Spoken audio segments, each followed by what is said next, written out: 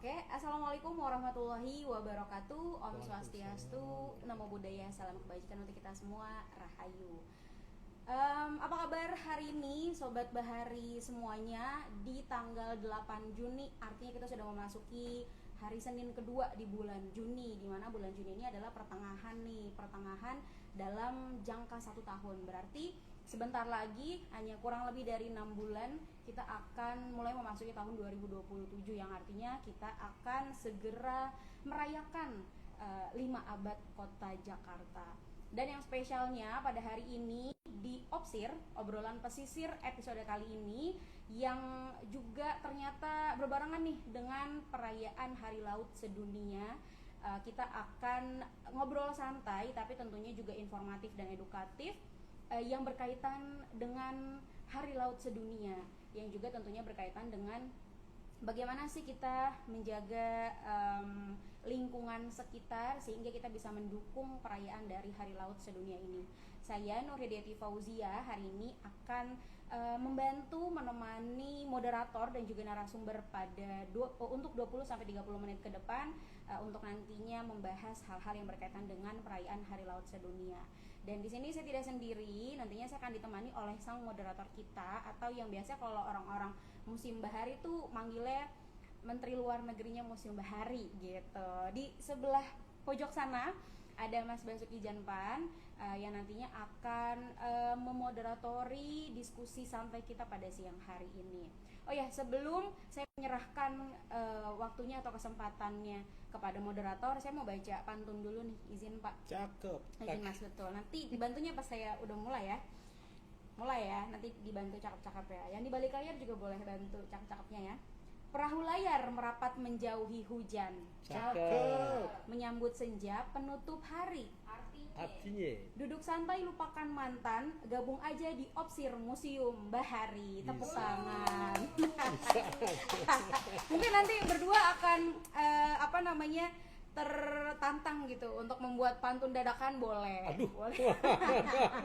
Biar kita santai aja obrolannya. Iya. Nah, jadi seperti yang sudah saya sampaikan, saya juga didampingi oleh moderator yang nantinya akan memandu lebih utamanya dalam diskusi santai pada hari ini, yaitu Mas Basuki. Bagaimana kabarnya Mas Basuki? Sehat, alhamdulillah Mbak Ida. Alhamdulillah. Pak Amar sehat? Alhamdulillah sehat. Oke, baik. Jadi Mas Basuki ini adalah merupakan pamong budaya ya dari unit pengelola Museum Kebaharian Jakarta, yang juga tentunya menurut saya menjadi salah satu orang yang membuka jejaring yang secara luas dari Museum Bahari untuk beberapa instansi yang berkaitan tentunya dengan Museum Bahari. Mungkin Mas Basuki mau sedikit spill tentang profilnya narasumber kita pada hari ini. Terima kasih Mbak Ida buat waktu dan kesempatan pada siang hari ini.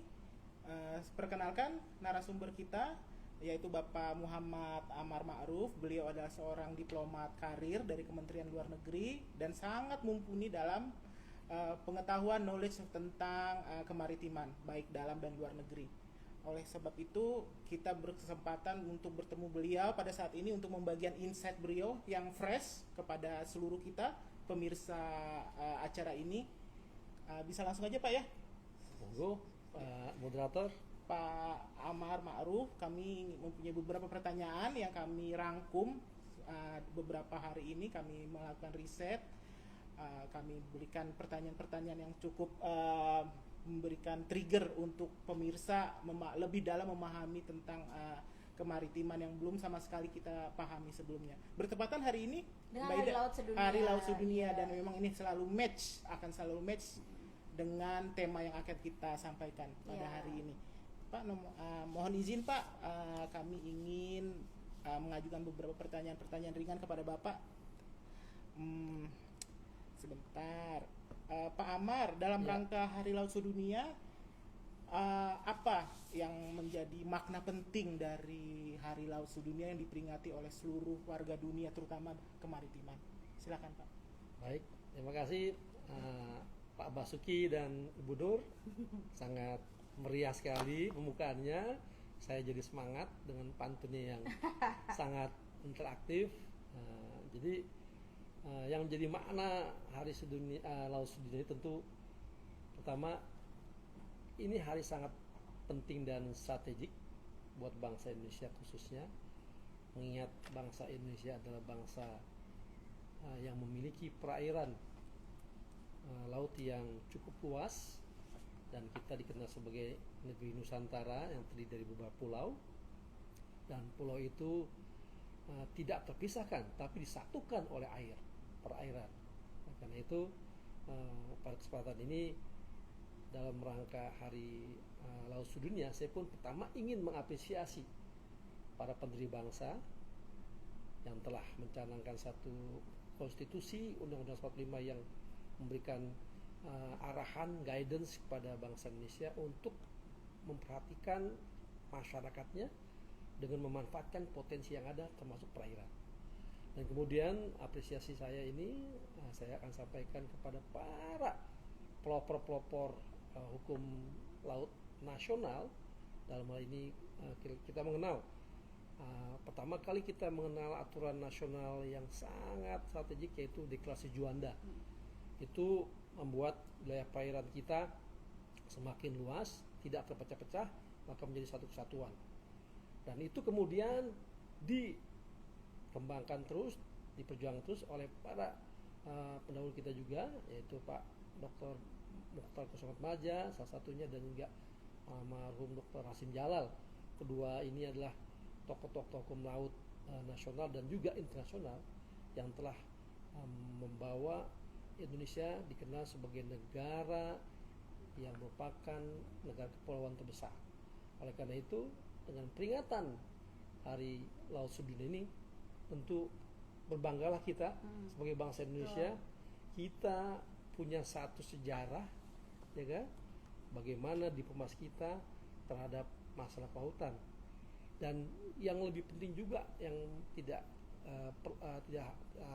kalah pentingnya adalah bahwa sebelum bangsa Indonesia mereka itu sendiri, kita sudah memiliki aturan lautan yang dikenal sebagai Amanah Gapa itu, yang terbit pada tahun 1016-an.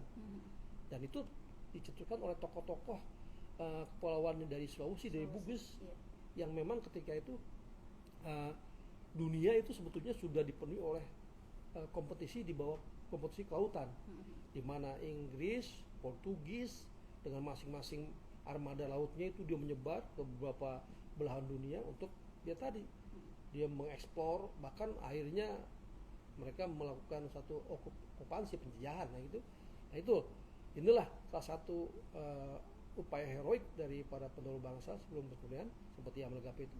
Dia menonjolkan bahwa Indonesia adalah satu wilayah yang memiliki tatanan, norma, kaidah-kaidah masalah kelautan.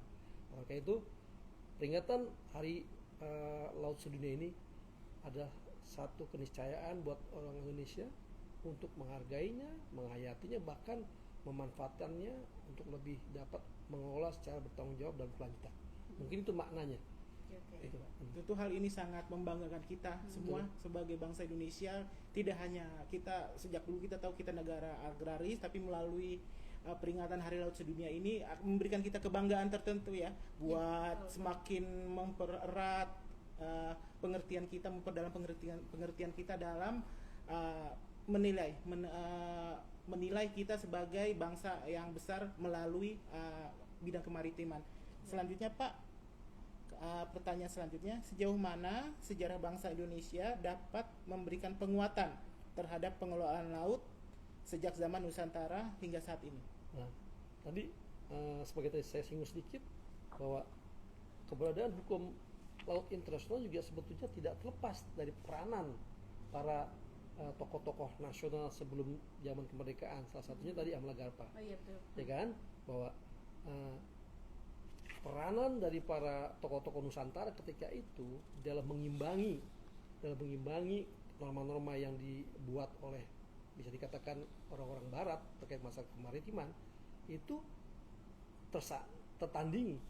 Apalagi para tokoh tersebut nasional itu tidak hanya menerbitkan satu kaidah-kaidah, tapi dia punya satu produk yang bersejarah, yaitu kapal pinisi. Kalau kita lihat nih, di kapal pinisi itu ya, dan itu sejarahnya sangat panjang dan bahkan sampai sekarang masih bisa dirasakan kemanfaatannya.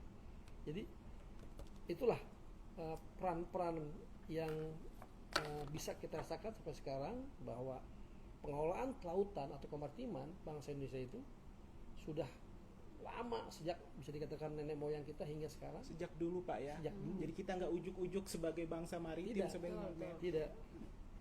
Dan juga kan Indonesia itu kan apa ya, bisa dibilang secara keseluruhannya itu kan besar sekali ya wilayah Besar. lautnya, dan makna laut sendiri untuk bangsa Indonesia itu bukan hanya sekedar garis pantai, bukan hanya sekedar batas zona lautnya, tapi lebih dalam dan lebih luas dari pengertian laut itu sendiri. Karena laut itu kan bukan hanya mencangkup airnya aja, tapi juga masyarakat yang hidup di sekitarnya. Betul. Terus bagaimana kemudian kehidupan sehari-harinya, sehingga menciptakan budaya yang memang sudah ada gitu sejak zaman dulu. Kita tuh banyak banget budaya-budaya baharinya yang mungkin juga masih banyak yang belum kita ketahui gitu.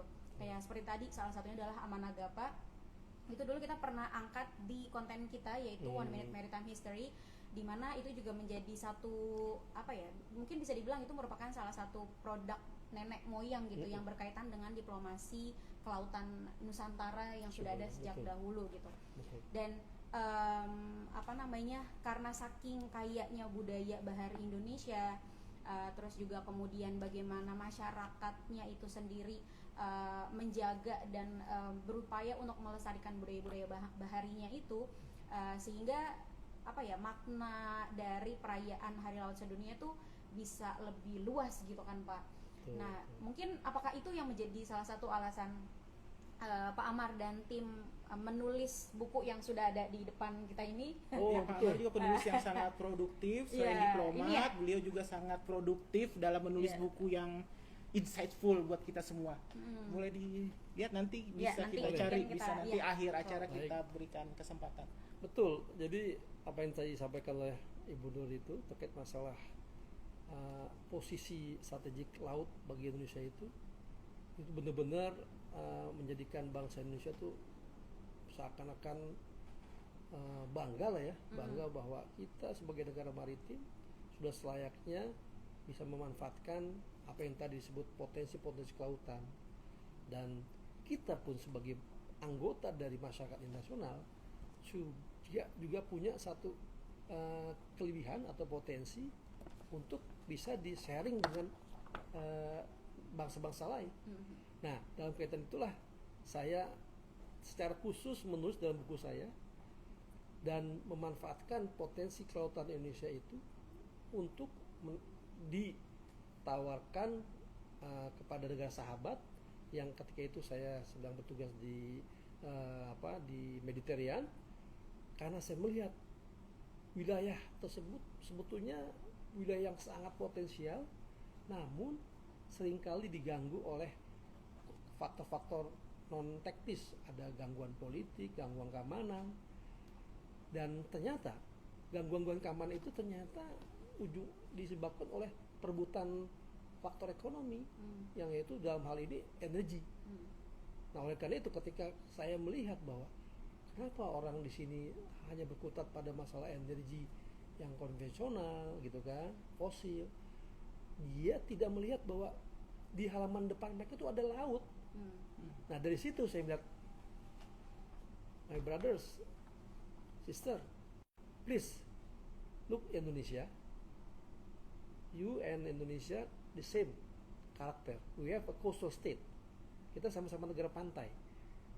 Seyogyanya kita bisa memanfaatkan nih potensi tidak hanya minyak, tapi kelautan ini kita manfaatkan.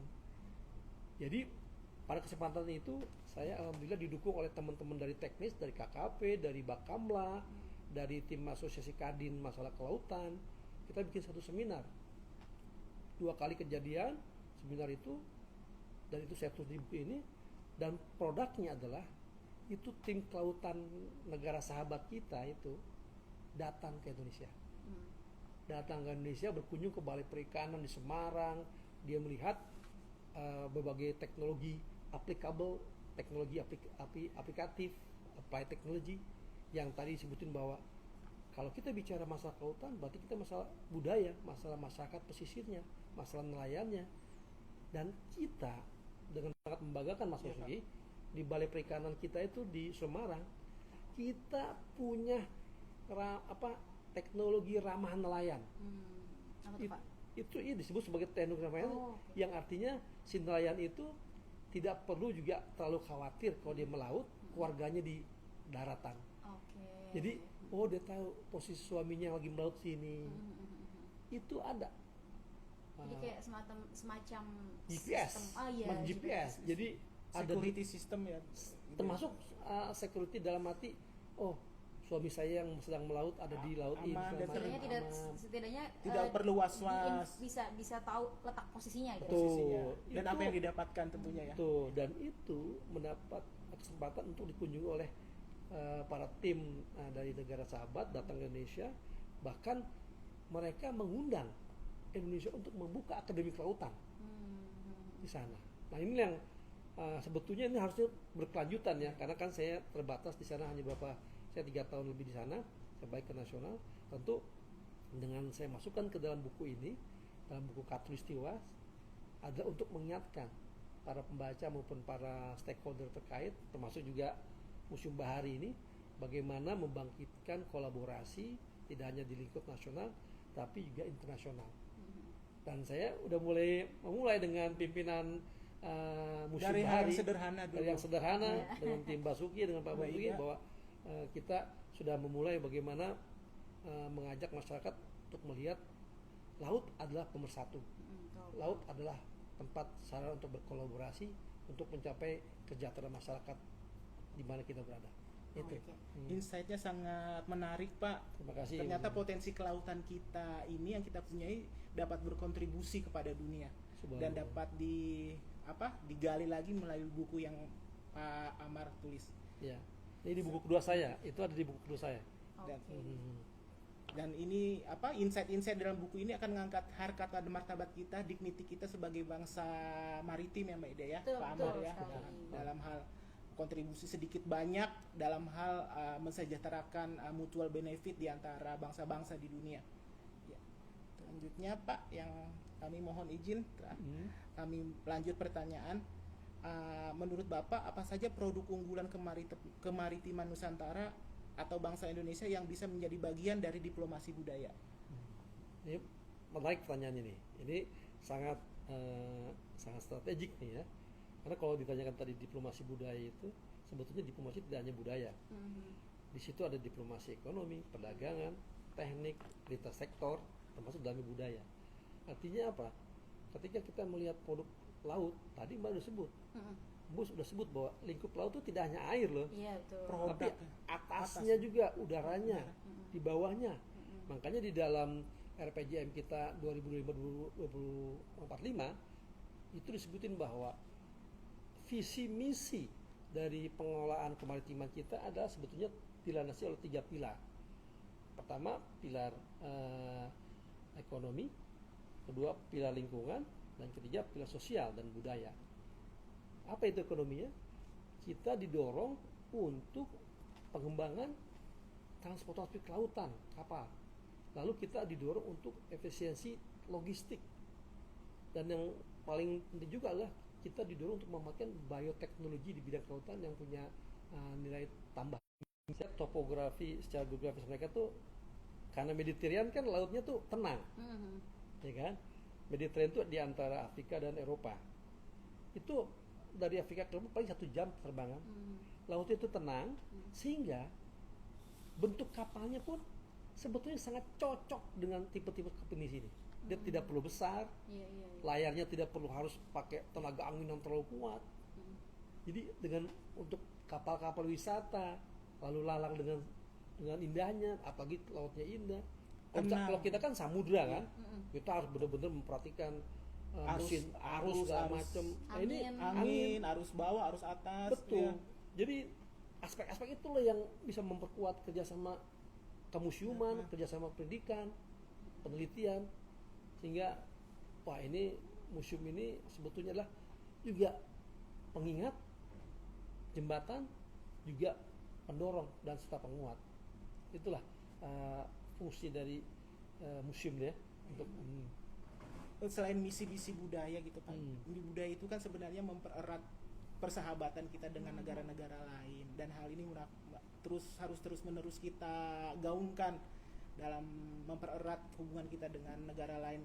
Seperti Pak Prabowo katakan, satu musuh terlalu sedikit dan seribu teman terlalu terbalik. Satu Selalu musuh terbalik. terlalu banyak. Seribu teman terlalu sedikit. Iya, betul. Nah, konteks itu Mbak Nurul, Pak Basuki, kita di tahun ini terpilih kembali sebagai Dewan Kemaritiman Internasional.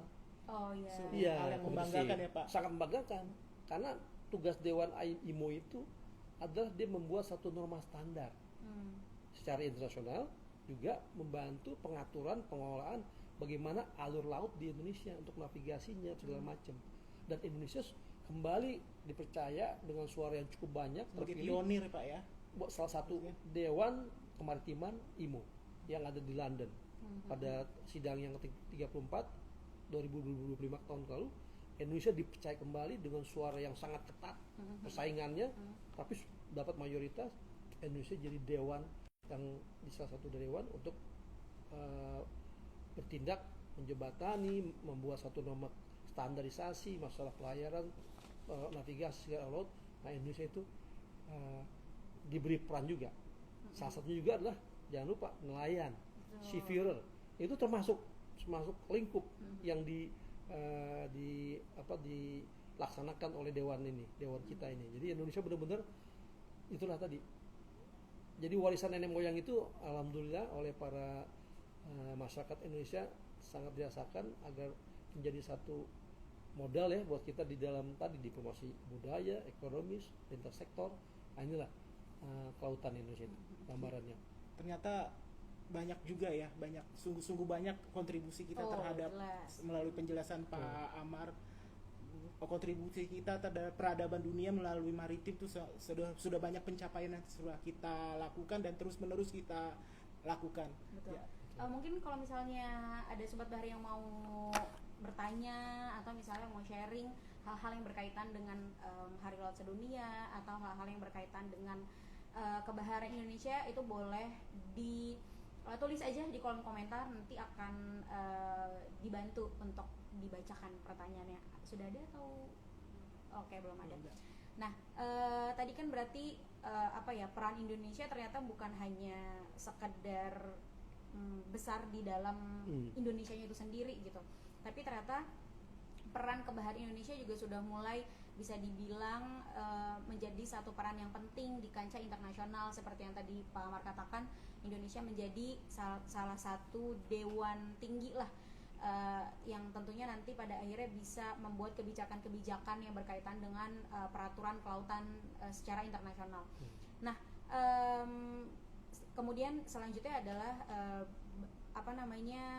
bagaimana sih Pak pengalaman Bapak? Tadi kan salah satu, kalau yang saya tangkap adalah salah satu pengalaman yang unik yang Bapak Amar temukan dalam proses penulisan buku Katulistiwa itu kan adalah menemukan satu sistem yang dimiliki oleh nelayan pesisir, di mana sistem itu membantu keluarga yang di darat mengetahui posisi keluarganya yang sedang melaut gitu. Nah, di proses penulisannya info atau hal unik ada lagi nggak sih Pak hal-hal yang unik yang kemudian Bapak temukan di proses penulisannya gitu, yang berkaitan dengan masyarakatnya kah atau kemudian tradisi lautnya kah yang ditemukan dalam proses penulisan buku ini bersama dengan timnya gitu? Betul. Jadi aspek penting lain dari masalah kemaritiman ini itu tidak hanya masalah tadi yang kita sebutkan ya, bahwa kita sudah bukan berhasil dalam arti kita sudah terbuka bagi negara sahabat untuk melihat ini loh potensi yang bisa kita kembangkan, baik dari segi teknologi applied-nya atau aplikasi teknologinya, juga membentuk satu masyarakat yang berbudaya gitu kan. Karena Indonesia punya satu masyarakat pesisir yang sangat terbuka, Mbak. Mereka menghindari peperangan. Karena kalau saya pernah dengar bahwa ada seorang sosiologi yang menyatakan bahwa bedanya itu ya, kalau masyarakat kelautan sama masyarakat dataran tuh ada bedanya. Kalau masyarakat kelautan tuh lebih terbuka. Mereka lebih sering berkunjung dari satu pulau ke pulau ini. Jadi sehingga terjadi asimilasi keluarga segala macam. Karena satu pulau saling kunjung tuh. Lain dengan dataran katanya. Kalau dataran katanya kan wah nyari daerah subur aja. Kan dataran kan nggak semuanya subur kan. Iya. Banyak yang tandus jadi Gersang, sehingga ya. gersang, makanya jadi nyari subur. Akhirnya terjadi perang Untuk perebutan rebutan lahan. nah itu nilai-nilai seperti itulah yang kita ingin tanamkan bahwa laut adalah pemersatu. Jadi coba kita hindari konflik, kita manfaatkan secara kolaboratif sesuai dengan ketentuan yang ada gitu kan. Jadi inilah yang nilai seperti itu, sifatnya produk tangible tapi yang intangible. Oleh karena itu, kenapa UNESCO menyebut itu intangible cultural heritage? Karena yang lebih besar sebetulnya sesuatu yang dibalik itunya, nilainya, estetisnya. Selain produk yang bersifat ekonomi, meningkatkan kesejahteraan, tapi value-nya itu. Nah itu value kelautan maritim Indonesia itu adalah pemersatu, kolaboratif dan terbuka untuk saling bertukar baik ilmu maupun produk ya, sehingga ya alhamdulillah kita bisa mengenal tuh rupanya ada suku ini beragam suku, ya kan? Ini kan akibat dari perpaduan masing-masing terjadilah Indonesia seperti ini. Itulah yang produk-produk unggulan yang kita bilang intangible, selain yang tangible tapi yang intangible itu. Fresh insight juga pemirsa dan Mbak Ida, Pak Amar, bangsa budaya kita, bangsa laut kita ternyata cinta damai, menghindari konflik dan pertikaian. Khususnya Pak, kami ingin menanyakan, menurut Bapak, bagaimana cara mengenalkan isu laut dan kemaritiman kepada dunia dengan pendekatan yang lebih ringan, humanis dan mudah diterima? Contohnya melalui kuliner yang ringan-ringan. Itu tadi, ketika kita bicara RPJM tentang kelautan, di situ ada aspek elemen sosialnya. Pertama adalah pemberdayaan masyarakat pesisir. Ini penting nih, karena tadi karakteristik masyarakat pesisir itu sangat berbeda dengan dataran, sangat berbeda. Dia punya suatu festival tersendiri yang semuanya itu dilengkapi dengan potensi-potensi kelautan, termasuk makanannya, segala macam produknya. Apalagi kalau kita lihat itu tangkapan-tangkapannya kan berbagai jenis ikan, beragam, bervariasi, yang sangat dibutuhkan ke negara-negara lain. Oleh karena itu produk kelautan kita tuh udah sangat terkenal di mana-mana. Jadi kita berharap sebelum itu juga dirasakan oleh internasional, kita bisa memanfaatkan secara maksimal itu tuh yang sebesar-besarnya untuk kesejahteraan rakyat. Sesuai dengan pasal 33. Nah, kembali lagi ke undang-undang seperti bahwa itulah seluruh potensi digunakan sebesar-besarnya untuk kesejahteraan rakyat. Betul. Tidak hanya memberikan nasional, tapi kita sebetulnya adalah kita pikirkan dulu masyarakat kita, sejahtera, baru kita share.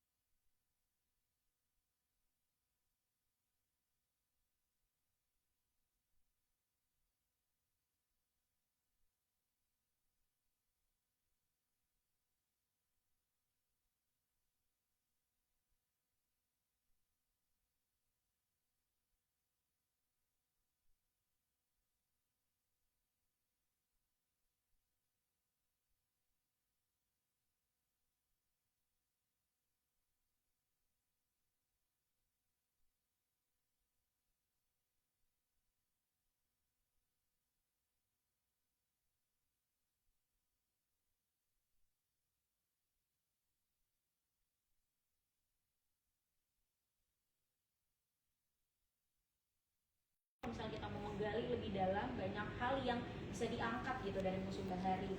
Mungkin kalau banyak orang yang mengira Museum Bahari itu hanya identik dengan teman-teman sejarah, hanya identik dengan teman-teman arkeologi, hanya identik dengan teman-teman yang keilmuannya berkaitan dengan kesejarahan atau masa lampau. Padahal kalau misalnya kita lihat lebih dalam, melihat lebih jauh, Museum Bahari itu juga sebenarnya berkaitan dengan semua ranah keilmuan gitu.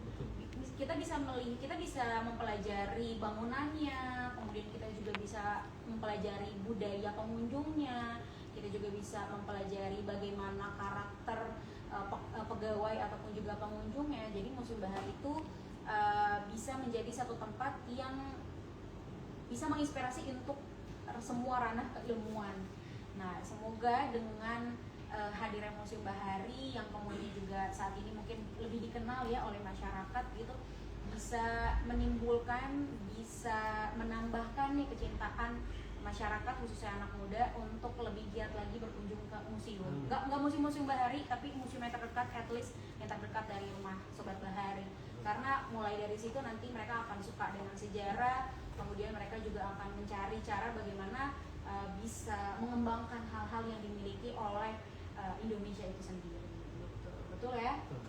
Betul. Oke, baiklah. Boleh izin saya ingin pertama saya ingin terima kasih pada pimpinan Museum Bahari dan tim, dan juga saya ingin berterima kasih pada narasumber yang ada di buku saya ini dari berbagai bidang. Saya sangat berterima kasih. Salah satu tadi dari bidang kelautan, dan tentunya kepada penerbit buku ini juga, pimpinan-pimpinan di Kemlu dan pimpinan-pimpinan lain yang benar-benar telah memudahkan tugas saya di sana, dan akhirnya terbitlah informasi lintas teknis ini yang tadi katakan bahwa ini adalah merupakan kolaborasi lintas teknis. Museum adalah salah satu pintu yang bisa membuka kerjasama lintas teknis itu. Itu kita. Kalau mau baca bukunya bisa lihat ini kebetulan Perpusnas sudah membuat electric booknya, ada di aplikasi Perpusnas. Jadi tinggal link cari Perpusnas, ketik judulnya, mudah-mudahan bisa keluar. Oke, berarti kalau misalnya mau baca Perpusnas. Jadi nanti Sobat Bahari boleh akses Perpusnas kalau misalnya memang mau membaca dan mau lebih tahu lebih dalam mengenai buku dengan judul Katulistiwa. Katulistiwa singkatan sebetulnya, bukan Katulistiwa ya. Katulistiwa singkatan, kumpulan tulisan, advokasi, tugas dan tulisan ikhtiar jiwa. Gitu. Atau itu yang dalam ya judul arti kepanjangan dari judul dalam ya ternyata. Singkatan. Atau diketik nama penulisnya juga bisa Pak ya? Diketik nama penulisnya. Saya tahunya judulnya aja, judul Katulistiwa di Perpusnas, kemudian bisa nanti saya share linknya ke nanti di Instagram kita share di Instagram kita. Jadi nanti teman-teman boleh langsung search aja di Perpusnas untuk membaca lebih jauh tentang buku Katulistiwa yang tentunya juga akan membuka ranah pengetahuan dan juga informasi Sobat Bahari yang lebih luas lagi yang berkaitan dengan kebaharian khususnya di Indonesia. Baik, terima kasih Pak Amar untuk waktunya yang juga sudah tentunya menyempatkan waktu dan upayanya untuk datang lagi ke Museum Bahari. Insya Allah nanti mungkin kapan-kapan kita juga akan berkolaborasi lagi ke depannya. Semoga buku Katulistiwa ini juga menjadi ladang pahala ya untuk Pak Amar dan tim yang juga tentunya akan menambahkan khazanah pengetahuan kepada Sobat Bahari. Terima kasih sekali. Mungkin antara museum dan Perpusnas juga perlu ditingkatkan lagi kontaknya, karena saya yakin dari Perpusnas dan museum ini banyak yang bisa dikolaborasikan. Dan mungkin juga nanti kalau dengan luar negerinya, tentu dari pimpinan-pimpinan Perpusnas sudah berkeinginan soal pimpinan luar negeri cari terus apa kerjasama luar negeri yang bisa dilakukan potensi. Menjadi catatan ya Mas, menjadi catatan.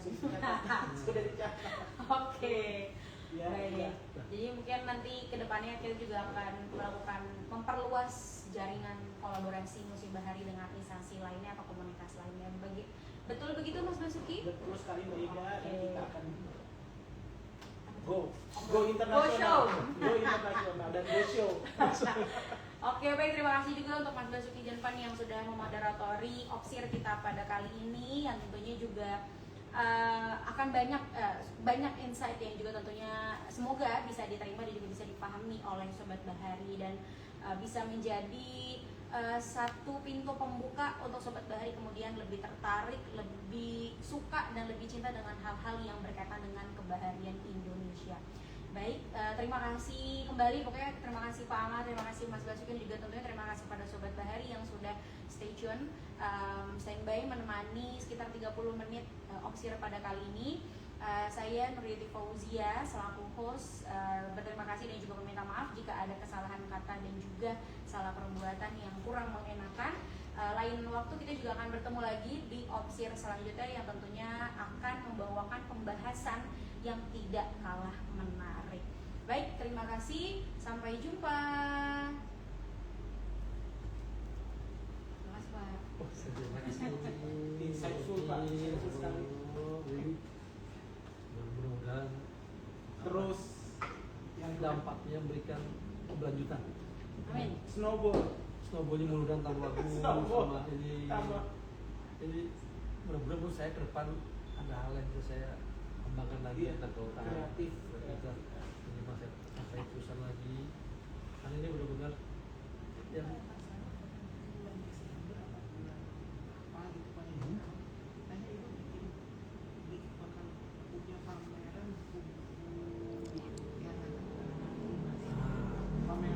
kemudian mungkin kalau misalnya saya dikasih tempat untuk mungkin kan nanti bisa di download ya, download gratis. Nanti